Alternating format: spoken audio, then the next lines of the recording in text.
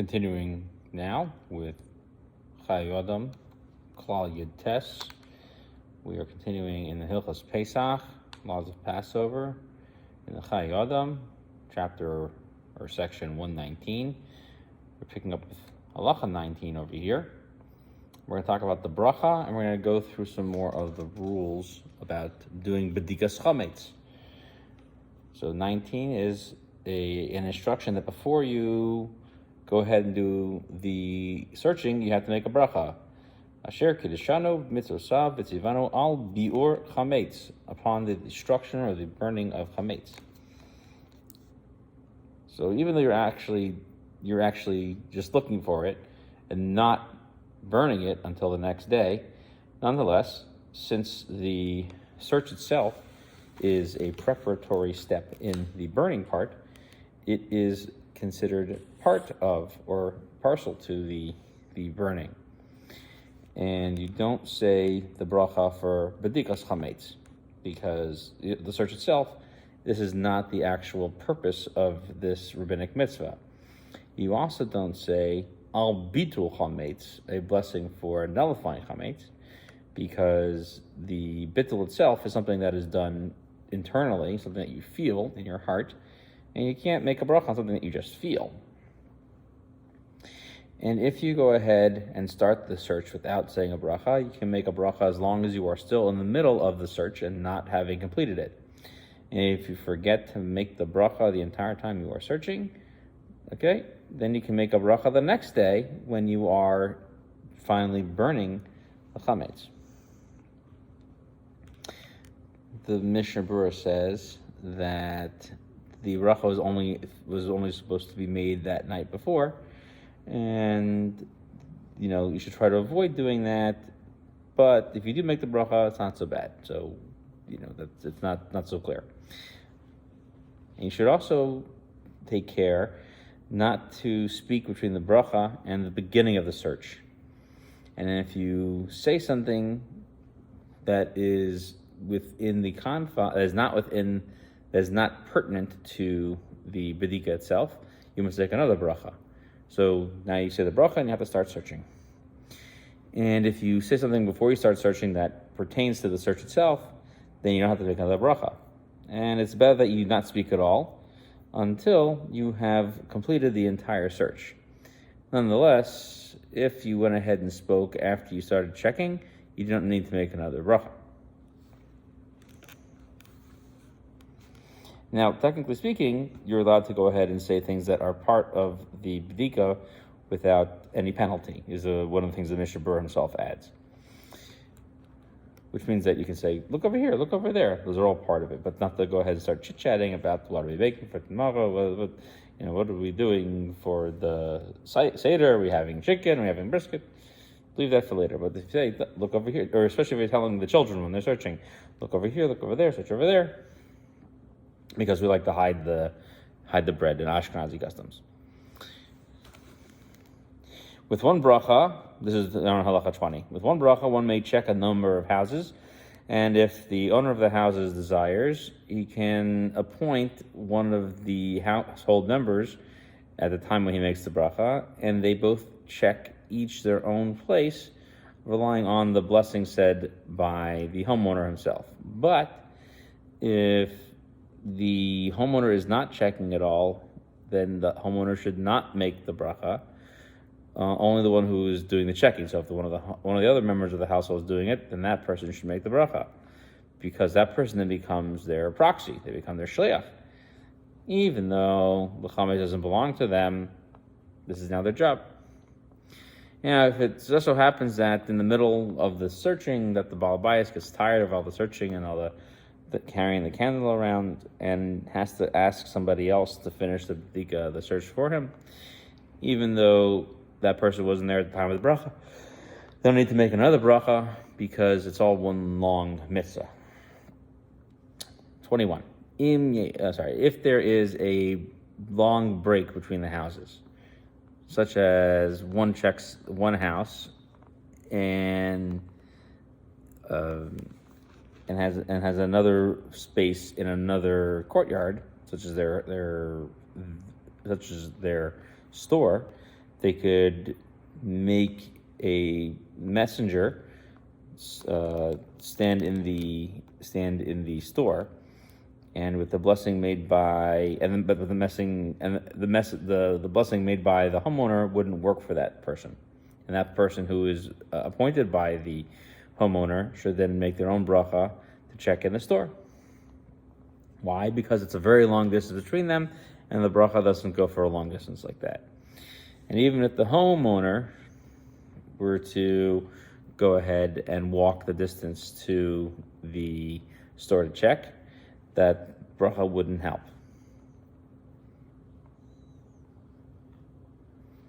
And if the two houses are within striking distance of each other, he says, then you don't have to make another beracha. That's actually an interesting thought. That's a thought to look into a little bit. There's no comment. I don't see any special comments over here. Let's see. Let's see. The Mishnah Berurah says, he does say, that walking from one place to another is not considered a long enough break, and it's all one long mitzvah. Okay, and he says, he goes into this approach of the Chayei Adam and disagrees with it. So he says if you do it yourself, you could do the whole thing with one beracha. Interessant. 22. There are those who have the custom, as we do in the Ashkenazi custom, to leave out little pieces of chametz in order that the person doing the search should find them. Because we're concerned that which you find nothing, that it might be considered a beracha levatal, a wasted blessing, because you are searching and you should find something. You should feel validated for finding something. But if you don't, that's not so bad. Why? Because the actual mitzvah is simply to search, and you could burn something else, stuff that you have left over. You could leave that, and the search itself is only for the purpose of helping along to do the burning. Okay, before the search, you should place all the chametz that you want to leave for eating on the morning of the 14th in one spot, and don't carry it around, because the bedika at that point, your search would then be nullified. You've nullified your own search. And then the Mishnah Berurah adds, it's like having not even done a search at all, because you weren't paying attention to what was going on with your chametz. So if you leave this chametz in one place and you have it stay there, then you haven't invalidated your own search at that point. Now you should go ahead. You should also place whatever you find in the course of your search into one place that you should know where to find it, because if you were to lose it, you would have to go search again. So therefore, the custom is to place the bag with all the chametz in it, to either place it into a bag and suspend it in midair, or into a box or bag where some other creature couldn't take it.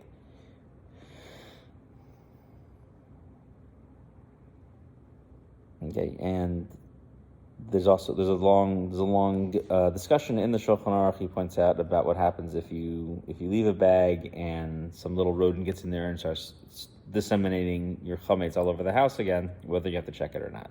We're not going to get into that. Okay. Halacha 24. After the search, at night, one should make a bitul, the first nullification, and say the custom is to say this in Aramaic or in any other language you understand. You'll say Hebrew. The classic way to recite it is in Aramaic. I'm going to translate it for the purposes of this class, of this teaching. So all 11 products that I have in my possession, whether I have seen it, or whether I have not seen it, or whether I have not destroyed it, it should be considered nullified and ownerless, like the dust of the earth.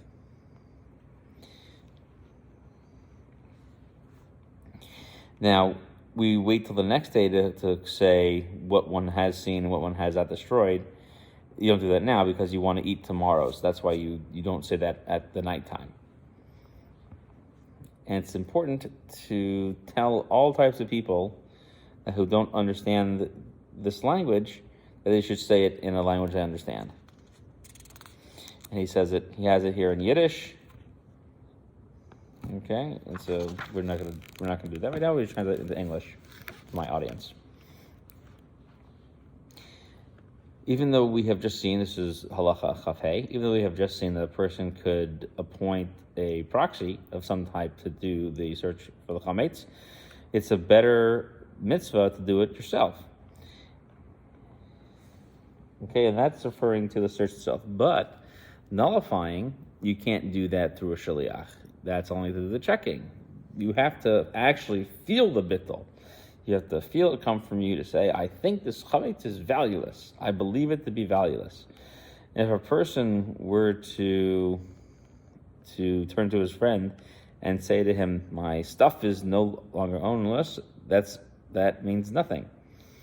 Unless that other person goes ahead and takes control of it, such as taking ownership of the chametz in one of the ways in which one would enact the transaction. Nonetheless, some say that since the chametz doesn't really want to be in his possession at all without the transaction, because we know that it's going to become prohibited from benefiting from it, were it not for the fact that the Torah says, congratulations, you didn't get rid of the chametz, it's now in your possession so that you should be punished for the violation. So it should suffice to simply say, I don't want the chametz, and that should be enough. So if someone went ahead, he says, and appointed a shaliach to do the bitul, appointed a proxy to go ahead and say I don't want any of this, then the formulation would be the following, which is the chametz belonging to this guy should become hefker. Okay, and that's what you should say. And therefore, if the guy is at home, I mean the owner, okay, and he doesn't want to rely on his own wife to say something, he should ask his proxy to do it for him and go ahead and nullify the chametz and anywhere within his possession, and giving him control to go ahead and make that decision and say the nullification exactly where he is in that place where she's checking. However, his wife should also do the bitul, should also do nullification, because maybe the proxy guy, the shaliach, will forget, or he himself, the homeowner, will forget, and we only see this by the wife where she was also made a proxy to do the beracha as well. So the language is a little convoluted, trying to basically say you can have somebody else do it and they can do the bitul, but your wife should also do it, but only if you also appointed her, and she needs to be part of the proxy itself. So the Mishnah Berurah says, agrees that this could go ahead and be done, b'diavad, like we said. And some people say that the Mishnah Berurah also seems to agree begrudgingly to rely on one's wife as long as you make her a proxy. But some other person in the house, not part of the household, if he was made a shaliach to go ahead and do the beracha, that person cannot do this bitul, and so therefore when we said that you could make a shaliach, we were specifically referring to the wife and not somebody else, unless he says to him specifically that you should do the bitul. Okay, so all these cases that we were mentioning, if you want to do the bitul, you have to be told. So you have to be told, check the house and do the bitul. And with the wife, if you didn't say do the bitul and she did the bitul anyway, that would also work. And we're suggesting that only because you forgot. You might forget. And if there is a caretaker for orphans, there's somebody appointed by the court to be in trust of orphans and their property, there are those who say it is incumbent upon that person to check the home and to get rid of all the chametz and to do the bitul. And at a place where people pay to do the search for the beracha, you pay them for that, to do the search for chametz. And if one did not go ahead and burn the chametz and nullify the chametz, and it goes through the whole Pesach, then you cannot hold that person responsible, because a proxy, a shaliach, is only liable when it is negligence, and they were negligible about it. And what he didn't sell is not considered an actual negligent act. It's considered a causative, or an act that is caused by, or contributory to it. Let's do one more. So even though you did the bitul at night, this is 26. Even though you did the bitul at night, nonetheless, you should repeat it again in the morning, as we just recited. Why? Because even though you did the bitul at night, you went ahead and ate more chametz the next day. So you now own the bread you're eating this morning, and maybe you're going to leave some over. Therefore, you should nullify this bread too, and in fact, cover all types of bread with your bitul. And now you should include in your statement that all leaven that you have seen and have not seen, of which you have destroyed and have not destroyed, which you don't know about. It's a nice long little paragraph. You should wrap it all together in a nice little bundle and throw that all away to destroy it, the stuff that you have left over for your meal today. And don't go ahead and do the bitul in the daytime until after you have done the burning itself, in order to fulfill the mitzvah of burning your chametz, which is meant to be done with fire.